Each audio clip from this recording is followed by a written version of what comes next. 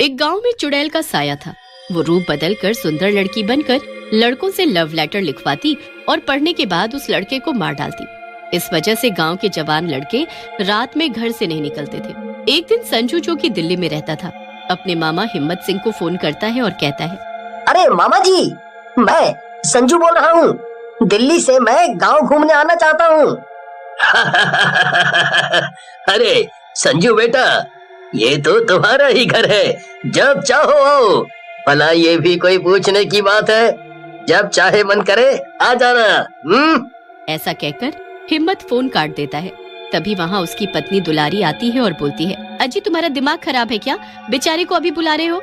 जानते नहीं बाहर कितना खराब माहौल है। चुड़ैल गांव के जवान लड़कों को मारे डाल रही है। दुलारी की बात सुनकर हिम्मत सिंह भी घबरा जाता है और संजू को ना आने के लिए बोलने के लिए फोन मिलाता है, लेकिन संजू का फोन नहीं मिलता। अब क्या करूं? भांजे को तो फोन ही नहीं मिल रहा। दुलारी कह तो सही रही है, पर अब क्या कर सकते हैं? आने दो संजू को, मैं उसे समझा दूंगा चौकन्ना रहने के लिए। उधर संजू भी प्रेमनगर जाने वाली बस में बैठ जाता है। प्रेमनगर की बस में बैठी सारी सवारियां डरी और चुप होती हैं। रास्ते में बस का टायर पंचर हो जाता है। सारी सवारियां बस से उतरकर पास वाले ढाबे में चली जाती हैं। संजू बस के ड्राइवर के पास जाता है और पूछता है, अरे भाई, बस ठीक होने में कितना टाइम लगेगा? मुझे रात होने से पहले प्रेमनगर पहुंचना है। भैया, अब जो समय लगना है वो तो लगना ही है। वैसे भी प्रेमनगर में कोई बस रात में नहीं जाती। अगर ज्यादा लेट हो जाएंगे तो इसी ढाबे पर ही रात गुजारनी पड़ेगी। ऐसा कहकर ड्राइवर बस का टायर बदलने में लग जाता है और संजू भी ढाबे के अंदर चला जाता है और एक टेबल पर बैठ जाता है। काफी देर हो जाने पर संजू वापस बस वाले के पास पहुंचता है और पूछता है, भैया अब कितना टाइम लगेगा? तुमने तो बोर ही कर दिया। इतनी देर में तो पैदल ही पहुंच जाता मैं प्रेमनगर। भैया देखो, अब आज तो ये बस चलने से रही, क्योंकि थोड़ी देर में रात हो जाएगी और तुम्हें जल्दी जाना है, तो जैसे आप कह रहे हो वैसे ही चले जाओ। 11 नंबर की बस पकड़कर। बस 5 किलोमीटर है प्रेमनगर यहाँ से। बस वाले की बात सुनकर संजू अकेले ही गांव की तरफ निकल जाता है। ये ड्राइवर भी ना, जब देखो मुंह चलाने लगते हैं। इन्हें क्या लगा मैं जा नहीं सकता? मैं अकेले ही पैदल चला जाऊंगा। संजू चलता चलता प्रेमनगर के पास वाले जंगल के पास पहुंचता है। अंधेरे घने जंगल को देखकर संजू भी थोड़ा घबरा जाता है। वैसे तो ड्राइवर सही कह रहा था, मुझे रात में वहीं रुक जाना चाहिए था। कितना घना और भयानक जंगल है। तभी चुड़ैल संजू को देखती है और सोच में पड़ जाती है। अरे वाह, क्या बांका और हीरो टाइप लड़का है। मैं तो इसे अपना बॉयफ्रेंड बनाऊंगी। शहरी है। ऐसा कहकर चुड़ैल लड़की बनकर एक पेड़ के नीचे बैठ जाती है। संजू को लड़की दिखती है और वो लड़की आम के पेड़ के नीचे आम बिन रही होती है। ये देखकर संजू डर जाता है। ये कौन लड़की है? वो भी इतने घने जंगल में, वो भी अकेले। संजू को देख लड़की संजू के पास आ जाती है और बोलती है, अरे तुम इस गांव के तो नहीं लगते। कौन हो? कहाँ से आ रहे हो? लड़की देखने में बहुत ही सुंदर होती है। इतनी सुंदर लड़की को देखकर संजू हैरान रह जाता है और सोच में पड़ जाता है। इतनी सुंदर लड़की, कहीं ये चुड़ैल तो नहीं? ये पक्का चुड़ैल है। नहीं तो इतनी रात में यहाँ क्या कर रही है? अगर ये चुड़ैल है तो इसके पैर जरूर उल्टे होंगे। संजू लड़की के पैरों की तरफ देखता है, लेकिन लड़की के पैर सीधे होते हैं। ये देख संजू का डर दूर हो जाता है और वो मुस्कुराने लगता है। उसे मुस्कुराते देख लड़की बोलती है, तुम पक्के शहर से हो, तभी बदतमीज भी हो। एक तो बातों का जवाब नहीं दे रहे हो, ऊपर से हंस भी रहे हो। लड़की की बात सुनकर संजू बोलता है, नहीं, मैं संजू हूँ और दिल्ली से अपने मामा से मिलने आया हूँ। उनका नाम हिम्मत सिंह है। अच्छा, तो तुम हिम्मत अंकल के भांजे हो। मैं भी इसी गांव में रहती हूँ। मेरा नाम रूपा है। तुम जल्दी से यहाँ से चले जाओ, रात में यहाँ रुकना ठीक नहीं है। मैं भी बस पिताजी के आते ही यहाँ से चली जाऊंगी। रूपा की बात सुनकर संजू वहाँ से चला जाता है और हिम्मत सिंह के घर पहुँच जाता है। हिम्मत भी अपने भांजे को देखकर खुश हो जाता है।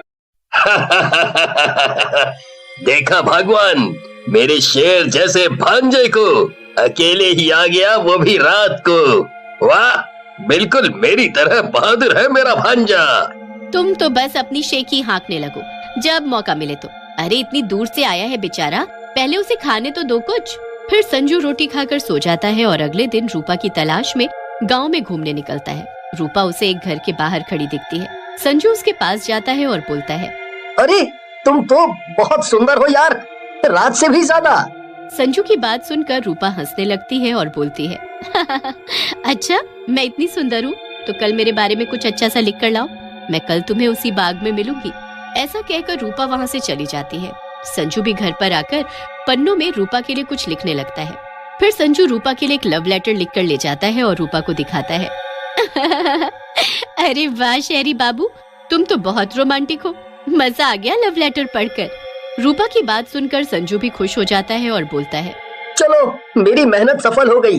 पता है इस लेटर के चक्कर में मैं रात भर नहीं सोया।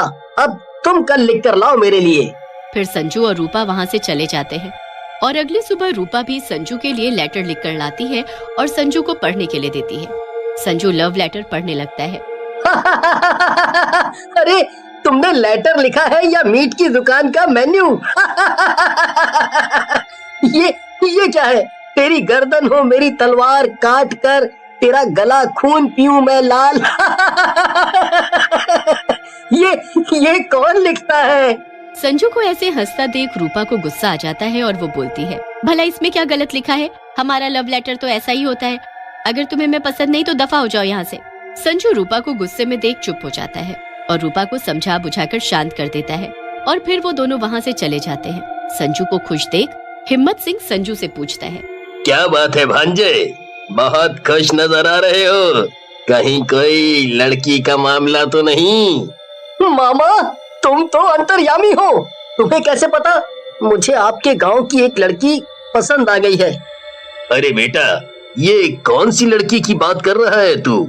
इस पूरे गांव में रूपा नाम की कोई लड़की नहीं है, कहाँ मिल गई तुझे? उन दोनों की बातें दुलारी भी सुन रही होती है। दुलारी बोलती है, अरे तुम दोनों मन चले मामा भांजे चुप करो, मुझे सब समझ आ गया है। मुझे ये जंगल की चुड़ैल लगती है, वही रूप बदल कर रूपा बन गई होगी और अब संजू के पीछे पड़ी है। चुड़ैल का नाम सुनकर संजू घबरा जाता है और बोलता है, चुड़ैल, मामा मामी बचा लो मुझे, मैं कहाँ फंस गया? और उसने मुझे कल नया लव लेटर लिखकर जंगल में बुलाया है। संजू की बात सुनकर दुलारी बोलती है, बेटा वो अपने शिकार से पहले लव लेटर लिखवाती है और फिर लेटर पढ़ने के बाद उसे मार डालती है। मामा मामी मुझे बचा लो, मैं मरना नहीं चाहता, मुझे बचा लो इस चुड़ैल से। संजू को यूं रोते देख दुलारी और हिम्मत सिंह बोलते हैं, तू डर मत मेरे बच्चे, मेरे रहते वो चुड़ैल तेरा कुछ नहीं बिगाड़ पाएगी। दुलारी एक योजना बनाती है और वो एक कागज को गंगा जल में डुबाती है और सुखा देती है। फिर संजू उस पर लव लेटर लिखता है, बेटे ये हमारी आखिरी उम्मीद है, रात में जब तू चुड़ैल से मिलेगा तो ये लव लेटर उसे पढ़ने के लिए दे देना। फिर संजू और दुलारी हिम्मत सिंह रात में चुड़ैल की बुलाई हुई जगह के लिए चले जाते हैं। दुलारी और हिम्मत सिंह संजू से थोड़ा पीछे होकर छुप जाते हैं। वहाँ चुड़ैल रूपा के रूप में आती है। अरे वाह मेरे प्रियतम, आज तो तुम मेरे से पहले आ गए। लाओ मेरा लव लेटर, जरा पढ़कर मैं भी तो देखूं क्या लिखा है आज तुमने। जैसे ही वो लेटर पढ़ती है वो चुड़ैल बन जाती है। अरे दुष्ट, इस लव लेटर में क्या जादू कर रखा है तूने, मुझे जलन हो रही है। तभी दुलारी बाहर आ जाती है और कहती है, चुड़ैल जी अब आपके रोमांटिक होने के दिन गए, अब आप इस दुनिया से जाने की तैयारी करो। ये आपका आखिरी प्रेम पत्र है, इसमें पवित्र गंगा जल लगा है, आप थोड़ी ही देर में जल जाओगी। सचमुच थोड़ी देर में चुड़ैल पूरी तरह जलकर भस्म हो जाती।